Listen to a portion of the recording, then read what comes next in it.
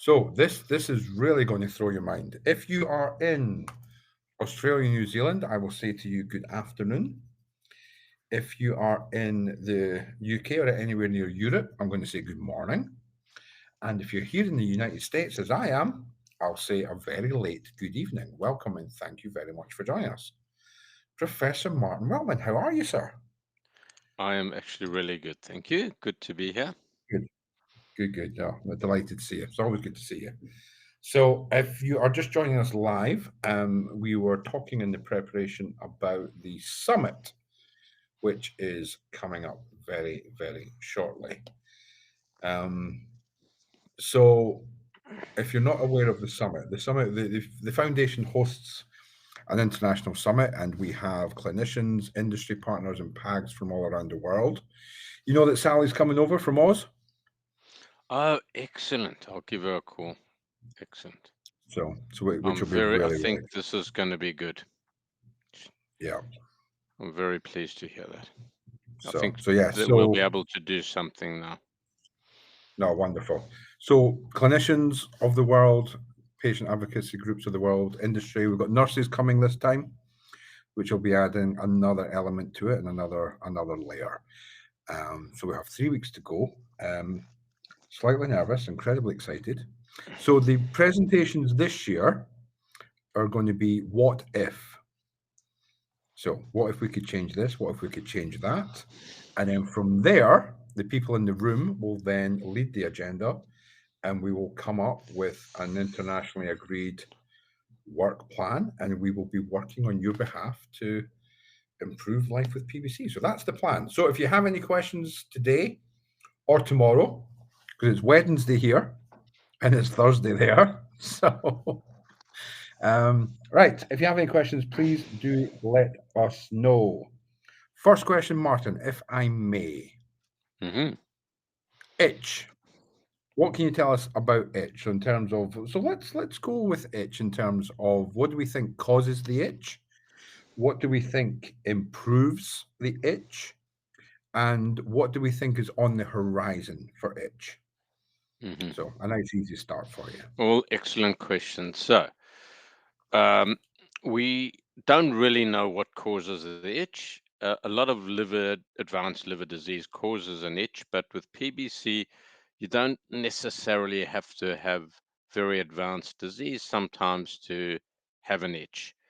And it's probably a variety of reasons, and a variety of underlying causes. But if we can look at it in a simplified way, there probably are products from bile salts that um, elicit some sort of inflammatory response and get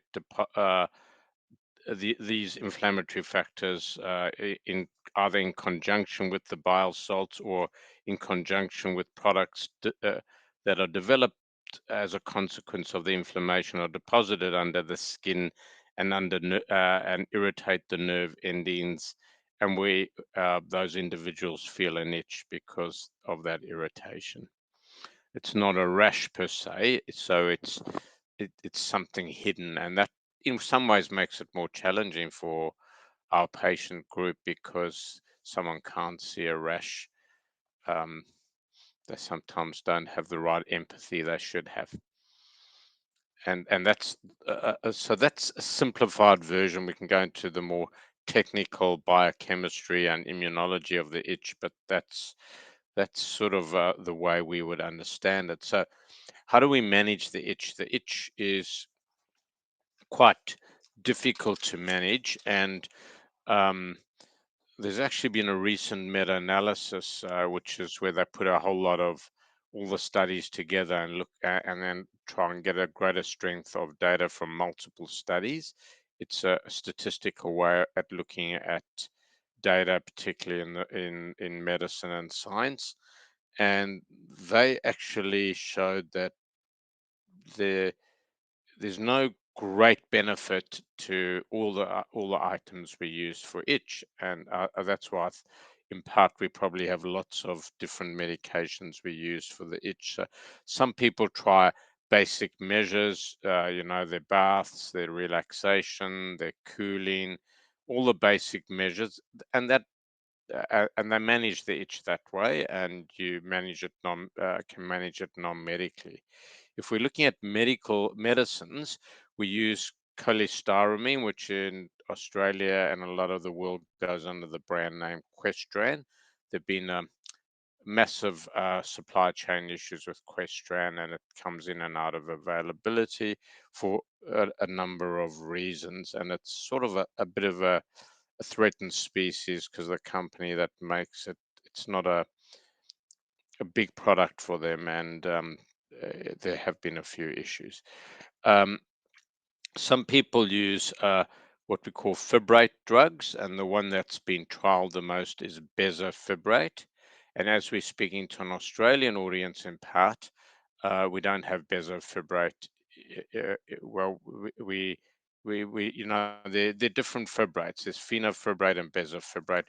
We have fenofibrate in Australia. They're probably very similar and probably not that different. And I heard a talk from South American colleagues last year at the American Liver Meeting, and they have a completely different fibrate, but they're probably all similar.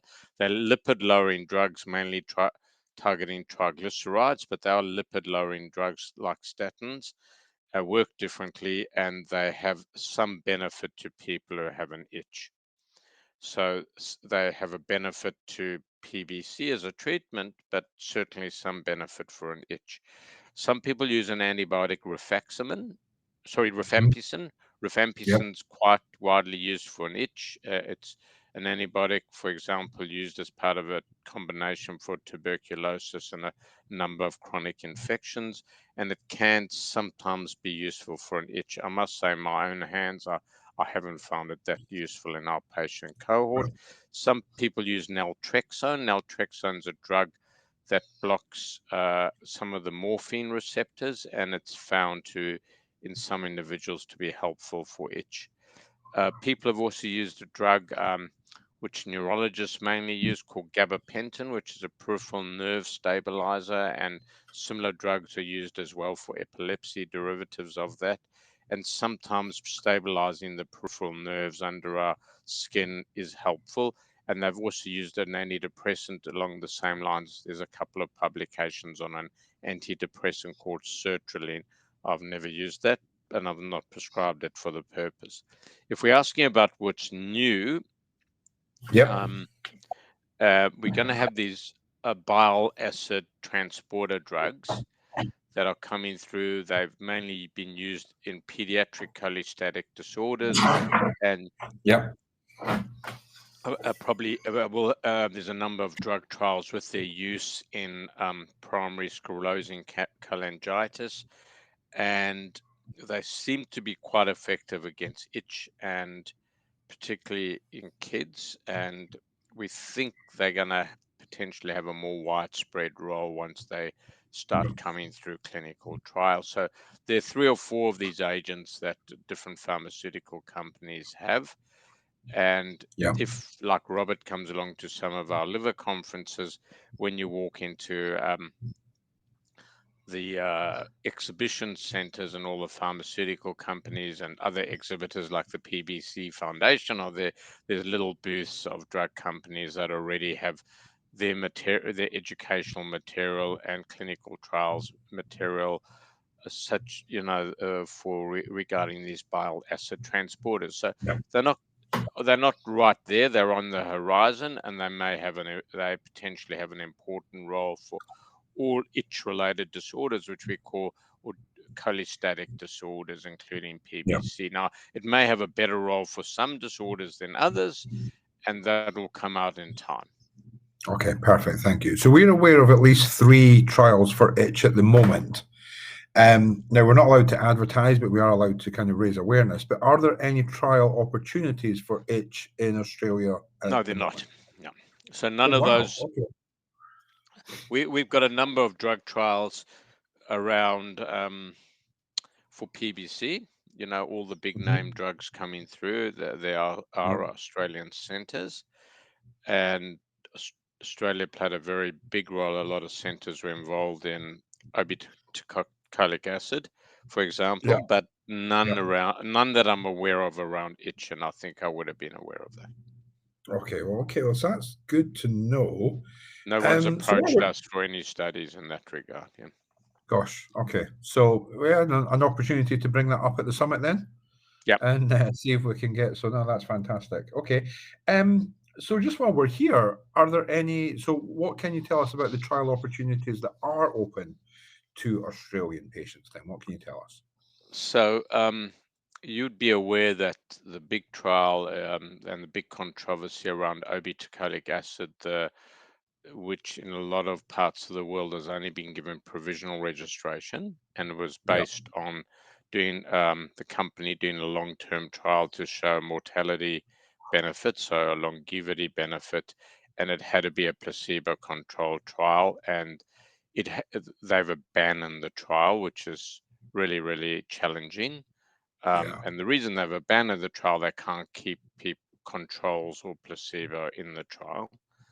And for a number of years, the trial was a long-term trial, so they can't do that. So yeah, the trial's abandoned, and it potentially threatens the registration of the drug. There are a couple of other drugs um, that I guess we're involved in a couple of other drug trials. A couple of the newer drugs coming through in the phase 3 studies, and yeah, there've been a couple of publications regarding the phase 2 studies quite recently, and we have we're involved in some of those trials. Some of them are PSC trials, so some of these drugs may have a role in both diseases. So mhm, companies who developing these drugs want to look at them in a number of conditions because PBC, refractory PBC alone is not going to make them any money. It's not going yeah, to pay the yeah. bills really. No, I get that. So I there get are a that. few studies with Australian centres. There are not a lot of centres involved in these studies because not a lot of centres do PBC studies. Okay, all right, perfect. That's helpful. So we talked about obeticholic acid. So again, principally with an Australian hat on, and then we can maybe look at the situation around the world because we know we've got some American patients in with us tonight or tomorrow. um, I don't get used to that. My question is, what can you tell us about second line treatments? So if the urso is not working for you, where do we go next?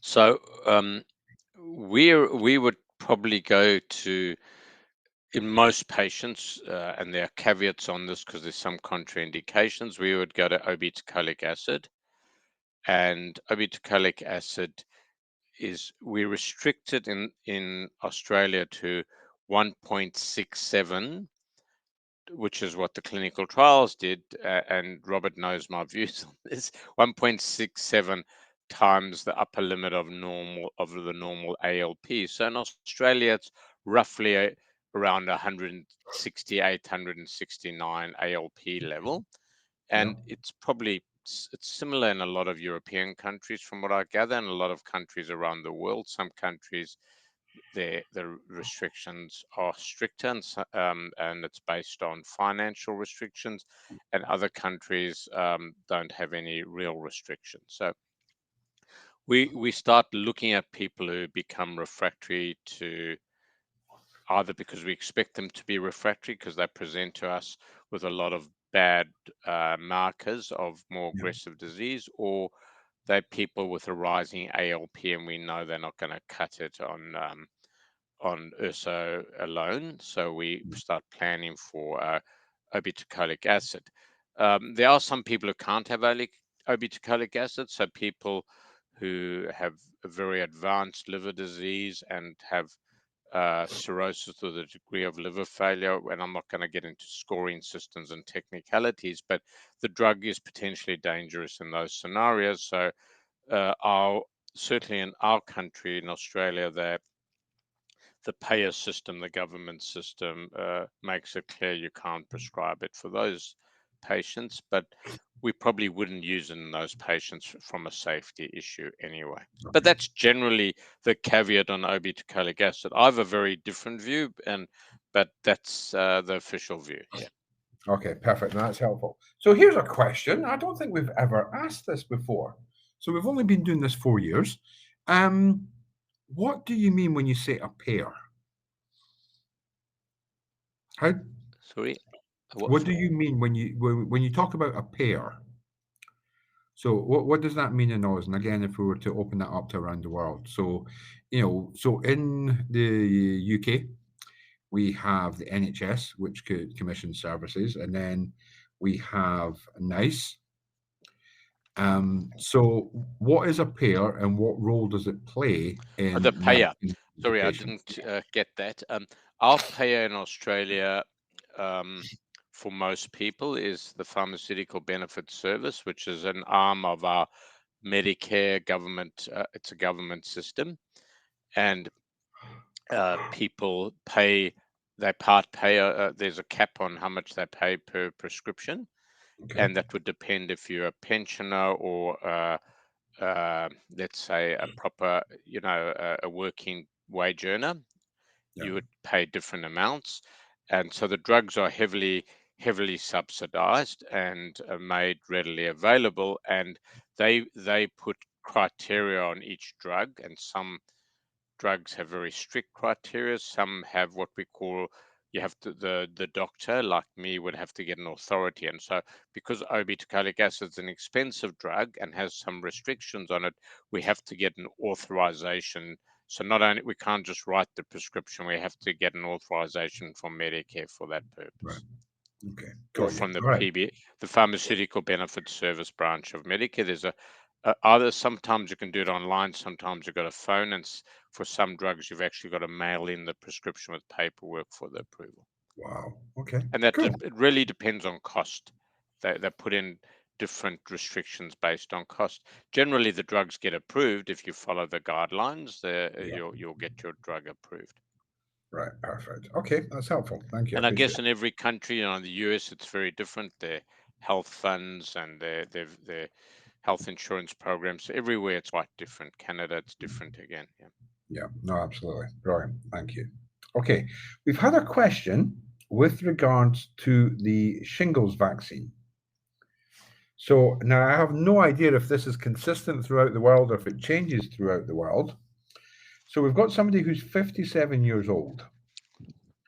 And because they have PBC, they thought they would be eligible to have the vaccine, but they're not quite sure. So again, with your So I'm assuming that Australian hat on, for the basis of this discussion, I'm going to assume that someone's from Australia. yep, Uh, Anyone can get the vaccine in Australia if they're willing to pay for it. okay, Most late last year, the government, the federal health department, approved payment of the vaccine for people above the age of 65. And if you're below the age of 65, if you have a level of if you're in an immunocompromised state, they will pay for the vaccine. So in other words, they pay the family doctor or general practitioners providing the vaccine. They will send them out vaccines, and those doctors have to fill out some paperwork to show that that patient was eligible for the vaccine as a prepaid vaccine by the health department.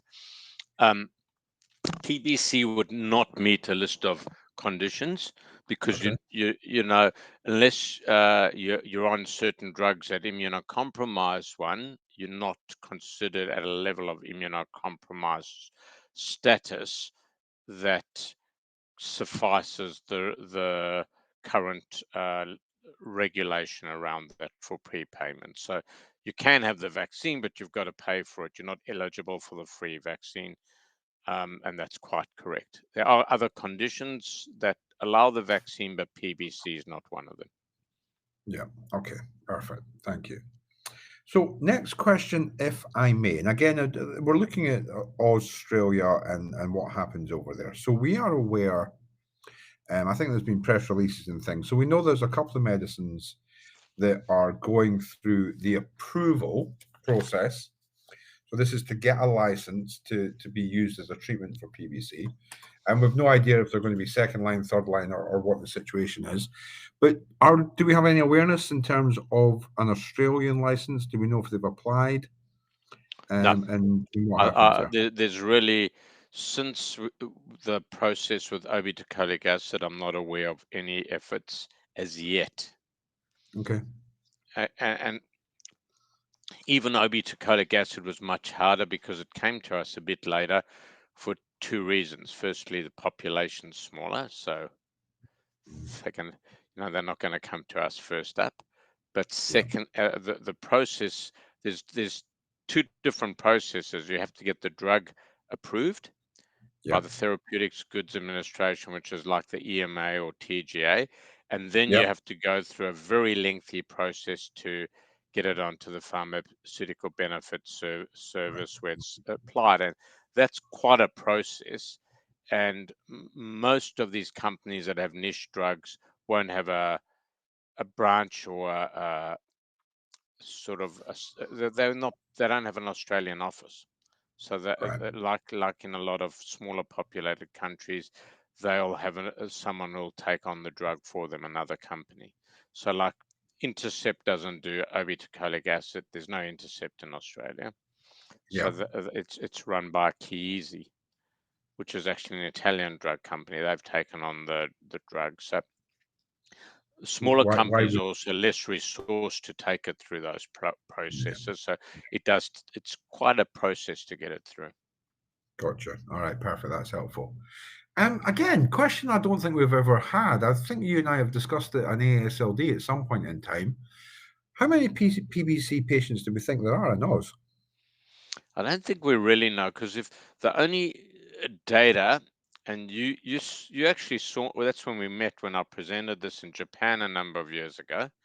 Mhm. Um, the only data has come from Victoria, and it's got a huge city bias in that data because it's come from a city hospital. But they did try very hard, and we think it underread it. And those same people about 6, 7 years ago, some of the same group tried to look at the data again and does show that there's a higher prevalence, whether it's becoming more common or whether there's a greater awareness and diagnostic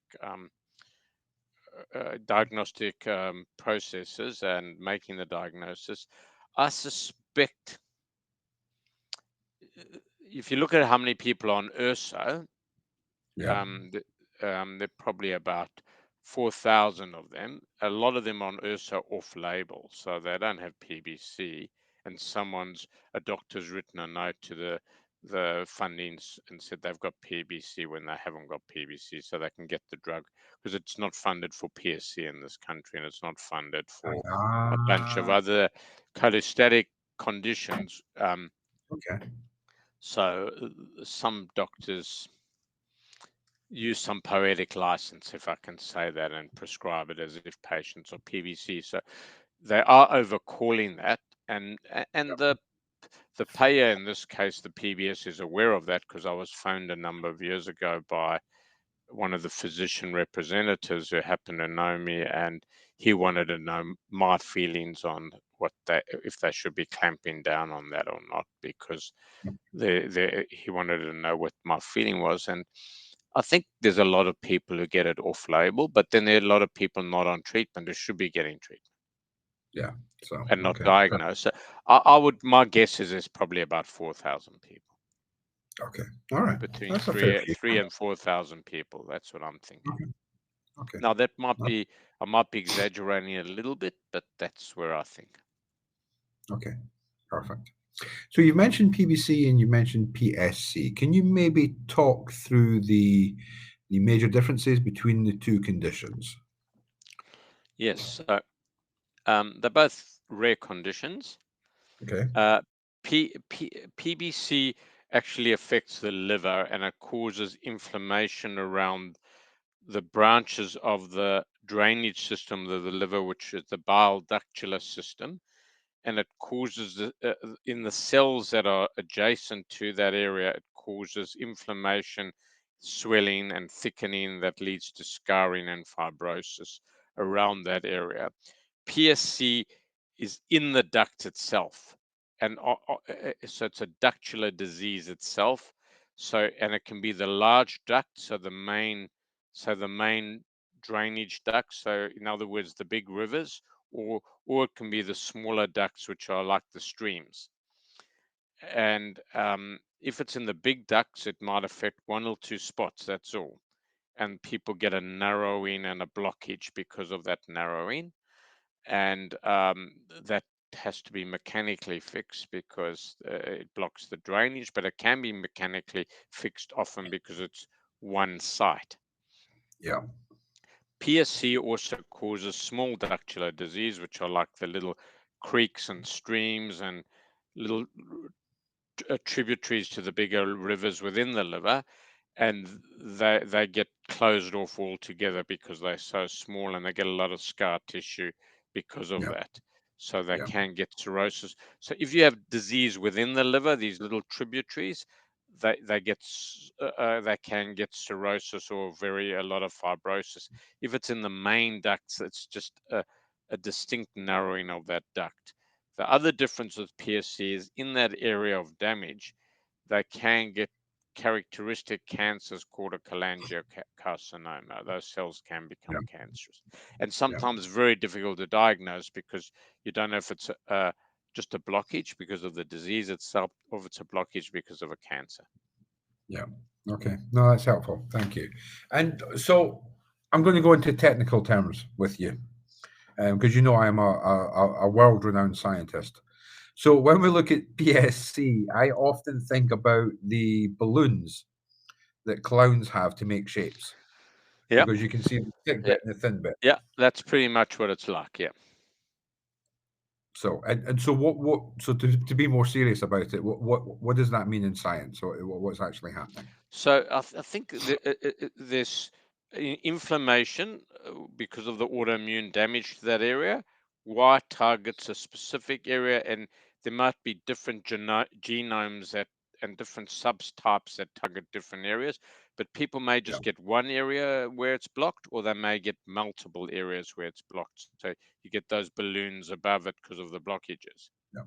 Okay. And you don't get that with PBC. It's the liver itself around those that doesn't go into those ducts. It goes around those ducts. Brilliant. Perfect. That's really, really helpful. Thank you so much. Okay, live question. Is there a link between PBC and the likelihood of acquiring pneumonia? It's no direct link, Okay. but someone's alluded to it with the shingles. If you've got significant liver disease, so not just PBC alone, you've got a compromised liver or two, so you've got cirrhosis and a significant liver disease, you're more likely to get a whole bunch of infections, Okay. and pneumonia is part of that. Okay. Wouldn't be Perfect. the number one on the list, but more likely. If you've got run-of-the-mill PBC without any major liver compromise, there's probably no link. Yes. Right. Okay. Again, Somebody's perfect. asked as well, is it safe to take pantoprazole? Pantoprazole is a reflux medication, and it's under a group of drugs called proton pump inhibitors, which are widely used for reflux. There's pantoprazole and esomeprazole and various ones like that, lansoprazole, etc. These, as a general rule, I'm not speaking to the specific person because I can't give you specific advice, but Sure. generally they would be very well tolerated drugs. They don't interact with the disease, they don't interact much with the liver, and they don't interact much with the drugs that you take for the disease. Somebody's also asked if you can use, again, this is not specific advice because I don't know the state of your liver, but if you've got if you don't have advanced liver disease, so you don't have cirrhosis, which is decompensating, you can take lipid lowering drugs for your cholesterol, including statins. Yeah. Okay. Now, Perfect. Thank you. statins very rarely cause drug-induced liver disease. It is a recognized reaction to statins. They are one of the drugs where people have idiosyncratic liver toxicity, which we call drug-induced liver injury. But you're not more likely to get that because you've got PBC, and you're not less likely to get that. So you would, if you were prescribed a statin, you would recommend whoever prescribing that to you that they just follow your liver blood tests a little bit more frequently for the first 6 months, and then you could go back to whatever the norm is deemed to be for in your specific case by your liver doctor or gastroenterologist. Perfect. Thank you. That's helpful. Okay, next question, if I may. Alcohol. Any Yep. thoughts? So my thoughts are, so if you don't have cirrhosis or very fibrotic liver disease, to have Yep. modest amounts of alcohol. So this is not excess alcohol. This is not heavy drinking. Yes, you can have a drink. So you go out with your family and it's Uncle Bob's birthday or Auntie Jane's birthday, and you have a glass of champagne or a glass of wine. I don't think it's going to be a tragedy. Okay. But you should just be more aware if you have a liver disease, and this is a liver illness, to first of all see the impact on you as an individual, because that may, we're all different, and the impact may be more significant in some people than others, and you should have a personal awareness of that. But second of all, you should not be a big drinker. If you've got very significant fibrosis and or cirrhosis, you should really not be drinking. And it's not PBC, it's all any disease that causes significant damage to your liver. You should not be consuming alcohol. Perfect. No, that's helpful. Thank And you. I and appreciate along that. those lines today, we know obesity is identical to alcohol. So your people come to me and say, "What can I do for myself?" A lot of the time, the only thing we tell them is they need to lose weight, because Yeah. obesity causes fat in the liver, and that's exactly what alcohol does. So you get a condition called steatohepatitis, which is an inflammatory hepatitis from fat, and it's alcohol and obesity cause the exact same pathology and damage within the liver. Yeah. Okay. So I Perfect. That's just threw helpful. that in just because a lot of people ask me about that. Yeah. No, I get that. And so, in terms of steatotic liver disease and PBC, how are you doing in Australia for numbers? Is there quite a lot of crossover, or A what's it huge like? crossover, and increasingly so, because obesity and overweight, uh, people, the number of people overweight and obese is sort of following the rest of the world, the rest of the Western world. And in fact, even less developing countries now, they're seeing a lot of obesity. And um, people struggle with their weight as they get older, and this is a disease of middle age and older people predominantly. I mean, the young people who get PBC, so Yeah. that there's often that dual challenge, and we see a lot of coincidence where people have fatty liver disease and PBC, and sometimes it's hard to sort out which is the dominant condition, and it's we don't do as many liver biopsies for diagnostic purposes and staging that we used to do for PBC in the past. But it's sometimes we have to in that situation to understand which is the dominant medical condition. Yeah. No, that's perfect.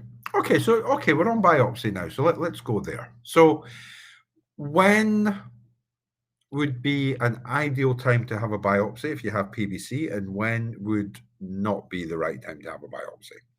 So we don't some people never have a biopsy today, Robert. Hmm. So if I saw, a 45-year-old woman, for example, who has an ALP a little elevated and AMA positive, we do a fiber scan because we've got Yeah. access to a fiber scan. And Okay. if the score is extremely low, it's accurate. And a low score means there's no fibrosis or scarring in the liver. Yep. So we know we don't need the staging of that person's, it's very low grade, it's not advanced, and we know that person's likely to respond to medication, and we know we can repeat the fiber scan if we want to in a year or two, so we can see the progress or the stability or even the regression. And so we Mhm. wouldn't biopsy someone like that. We Okay. biopsy someone where there's uncertainty of the diagnosis, where there's a high FibroScan score, and we're worried that there may be much more significant liver disease, and we want some certainty about that because we might want to follow that person more rigidly and more frequently. We might want to screen them for liver cancer risk. So it does Yeah. change your management, and it changes things prognostically, even in terms of planning for future liver transplantation. So all of those come into it. But in saying that, and we also do it when people have dual liver pathology and we're not sure which is the dominant condition and how aggressive we want to treat people. For example, you'd be aware there's a lot of people in the PBC autoimmune world that are looking at PBC autoimmune overlap, and there's going to be some presentations coming up at the European Liver Meeting about specialists in the field and how they decision make in that process. It's called a Delphi process, where they scrutinize a whole lot of specialists with the same set of questions and work out how they approach that problem and the consensus way of approaching that problem. So Okay. those people will get a liver biopsy often because we want to know what the dominant disease process and whether they need immunosuppression, not just something like ursodeoxycholic acid. Yeah, I'm with you. Okay. Back to OCA, if I may. Because we talked about the situation with OCA and the regulators. Now, if the rumors are to be believed, there was an open letter that was in hepatology, and that was published today. I haven't seen it published. I know it's about to be published, so you might have more information than me, even though I'm a co-author to that. It's more than it's stronger than a letter. Yeah. It's a paper we've written in a Okay. letter style, but it's a paper because it's had to put in a lot of data. It's not just a letter, and the data is to show people that first of all, there's a mortality and a morbidity if someone isn't treated for 8 years. 8 years. So Yeah. they go into a study, which is what the regulatory authorities want to show that there's a mortality benefit to taking obeticholic acid. So they want to say if we allow you to have this drug, we want to know that this is going to save lives or give people a longer lifespan, something like that. And you can only show it's not like people die quickly from this disease, so you can't show that. Yeah, are you going to get a stroke or are you not? That's quick to show. Are you going to have a heart attack or not? Those sort Yeah. of studies are easier to do. This is a very hard disease where it's insidious, it creeps up, and you actually want the worst patients in those studies, and doctors will often keep their worst patients out of the study because they want to give them the drug. They don't want to risk them being in a control. And Yeah. patients work out if their liver tests aren't improving after a year or two. I've probably got the control. I may not. I may be a non-responder, but I may very well have the control, which is a placebo. So I'm bailing out of the study because I can get OB.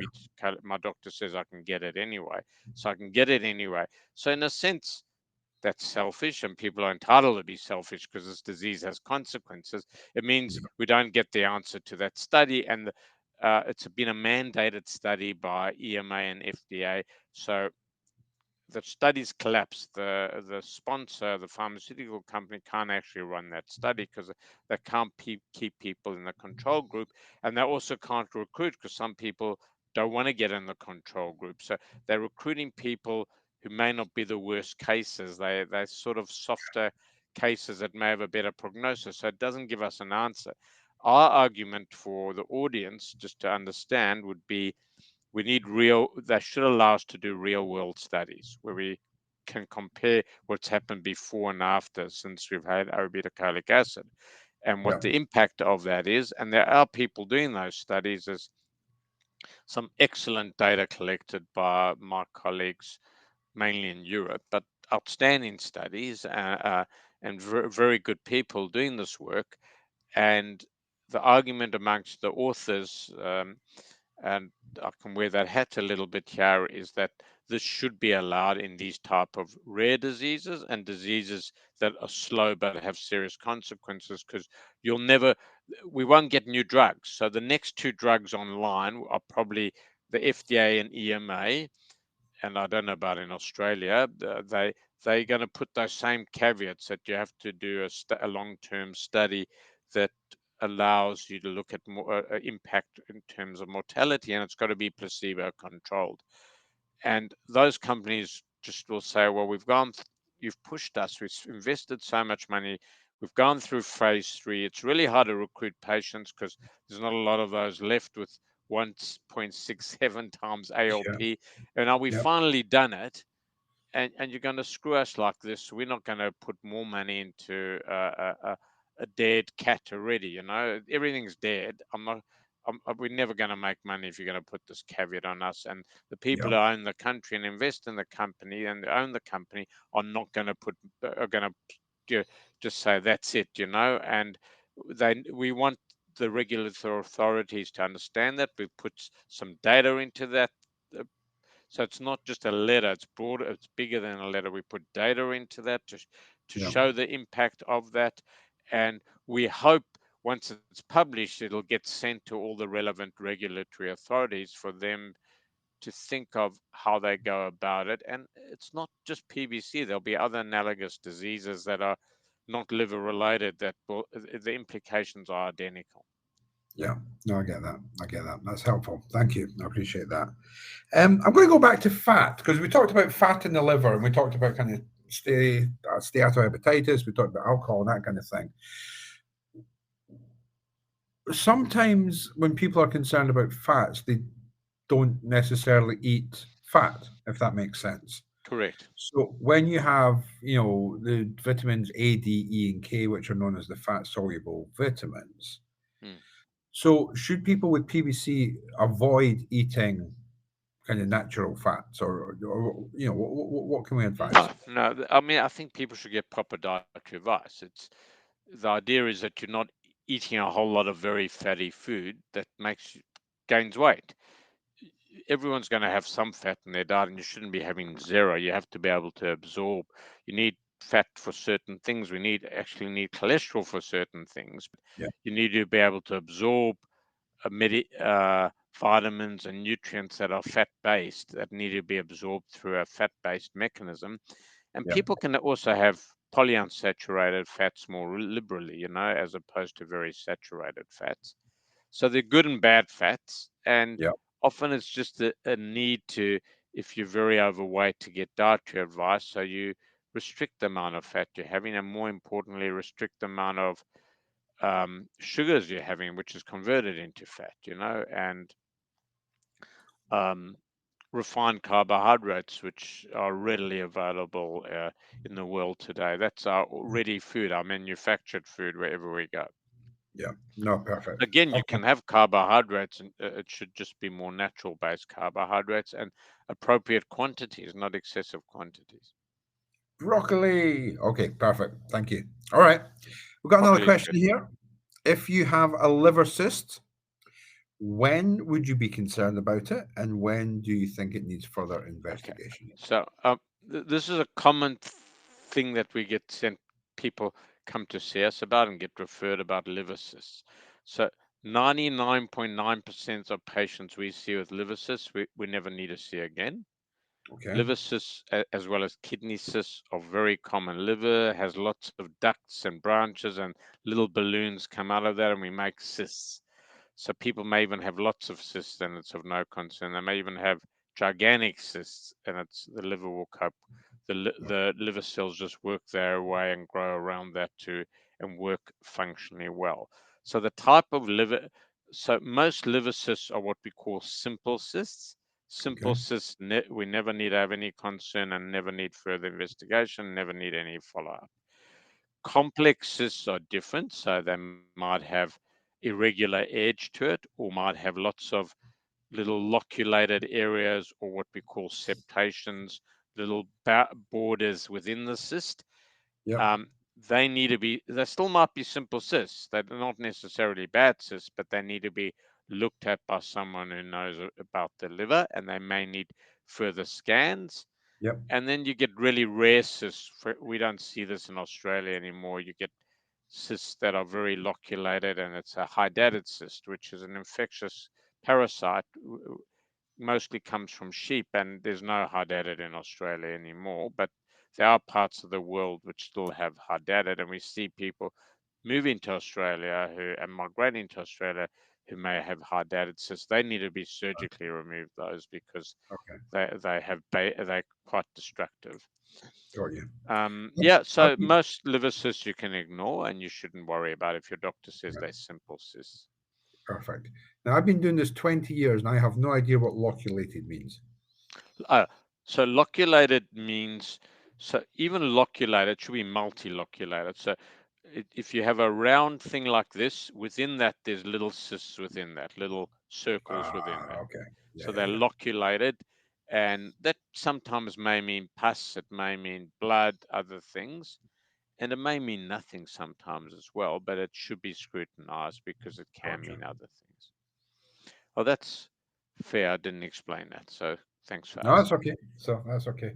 But I think you know what? I think it's actually really important that sometimes you use a technical term, and then we define what the technical term means, Yeah, and then what that yeah. does is again it helps inform the patient so that when they do Yeah, and it hear, demystifies it all. Sometimes Robert knows I got a great effort not to try and talk technical stuff, but it's we all get caught up in it no matter how we try because we live in that world. we do indeed, we do indeed. Um, okay, so the summit is coming up. Hmm.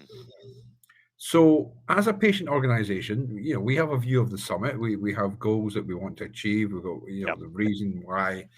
Yep. This summit, we've got doctors coming from around the world. We've got patient groups coming from around the world. We've got nurses coming. We've got industry coming.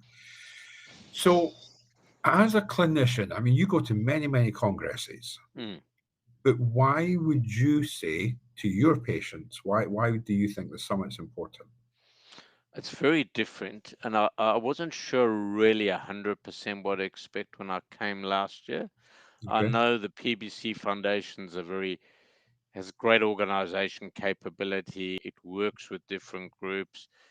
Obviously, I'm involved because it works very well with the medical groups. It's not Mhm. not a patient support group that works in isolation like some groups, and it's not a very political group. It has a very broad agenda. So I knew there'd be interesting things and interesting processes and learnings out of it. And I was interested just for my own sake at this stage of my career, not work having worked with the PBC Foundation to actually see how things work in real life with patient support groups, because I'm not there on a day-to-day basis in any patient support groups on an intimate level. So I think it worked really well because there were different streams, and then the streams were brought together. So you had pharma and you had patient support groups, and a lot of the medicos you brought there. The, these are very, very high-powered people. A lot of the people you brought to the meeting, and they big names in the academic world. A lot of them are great clinicians, I'm sure. Some are more academic than day-to-day clinicians. Some work in they only work in this world of autoimmune liver disease. Some work a bit broader and bring different thought process to it. So it can also be when I first arrived there, I thought this might be quite challenging for me, but it wasn't at Mhm. all challenging because first of all, the medicos that Robert brought together, everyone made, by and large, and I could be wrong, Robert will tell me if I'm wrong, made a great effort to work together Yeah. and very welcoming to each other, and in fact wanted to work together and get to know each other. And some people already knew each other quite well, so that happens. But very welcoming, and I thought I don't know about everyone, but I thought most of them were very receptive to and understood the idea that we were brought here to work for the support groups and support organization, and the patients at the end of the day as individual patients, but as a broad group where we should go, and Yeah. focused on those academic and clinical themes that related to day-to-day, translated to day-to-day things for patients. And Robert brought, yeah, you have to bring the right patient into the group because they can't be threatened by a bunch of professors and senior academics. But, and so we knew Robert would choose well, but we also had to be receptive to the idea that we were prepared.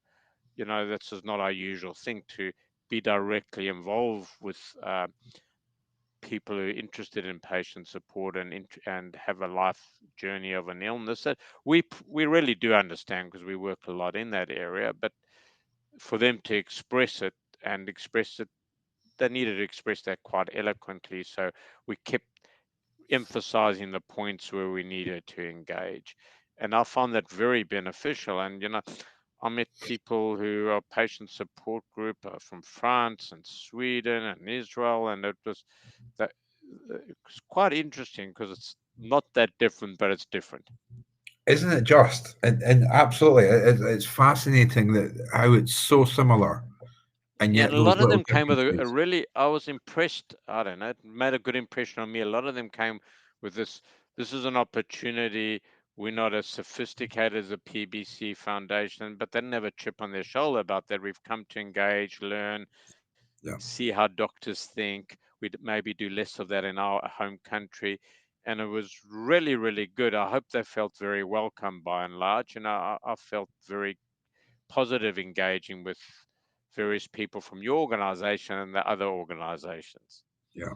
So, and we're by and absolutely large. And delighted. it was a positive experience for me. I don't know how they perceive, you don't know how they perceive me and my colleagues, you know? Well, they're coming back, so that's a good sign. Yes. And I am so excited that the Australian Liver Foundation are going to be there as well. And I think Yeah. it's a great opportunity for them to meet some of the kind of Yeah, they as we say, really need to have a strong PBC stream because I think that'll self-sustain in the long term. yeah, And I'll work with Sally to make sure that happens. And the motivation's correct. We've just got to put the structures in place, and it doesn't need a lot of infrastructure, but some structures in place.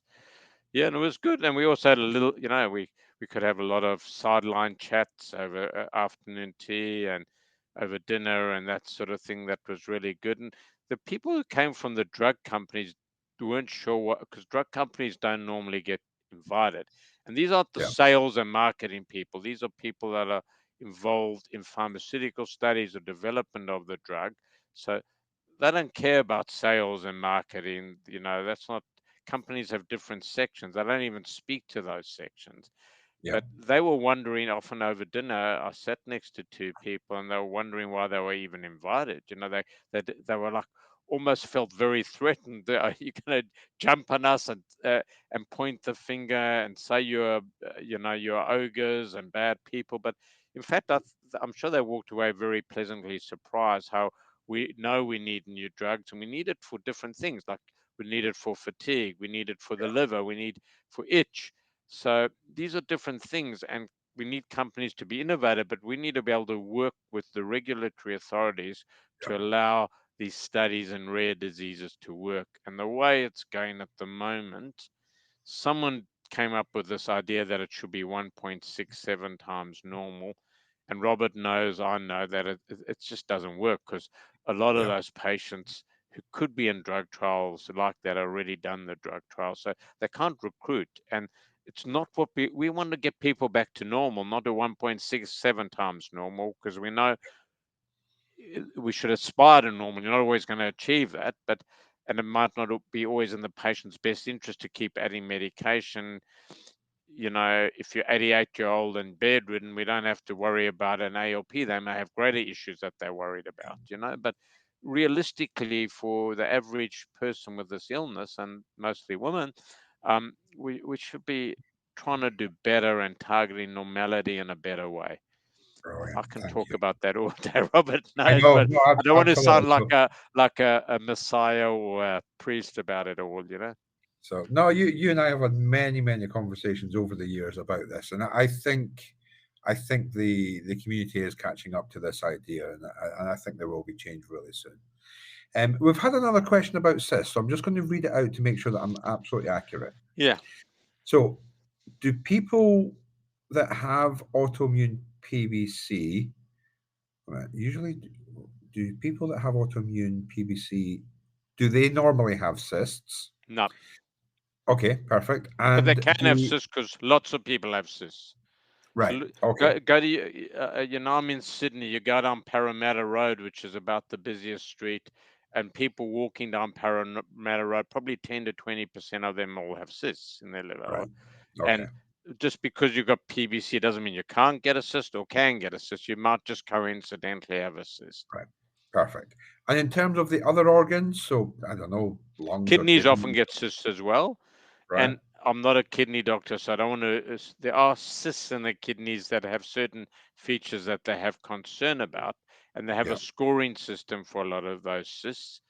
There's Bosniak cysts and various things, and they need to be evaluated like that. But most of the cysts you get in kidneys, again, are not of concern. There is a disease called polycystic kidney disease, and Yes. you can have polycystic liver disease with polycystic kidney disease. It's a genetic condition. And you can have polycystic kidney disease with liver disease and polycystic pancreatic disease. The liver, generally, you can have, some of these people have hundreds and hundreds of cysts, and their livers enlarged like to take over half their abdomen, and the livers work perfect. Other than the fact they're very uncomfortable because they're walking around like they're pregnant all the time, those people don't come to compromise from the liver.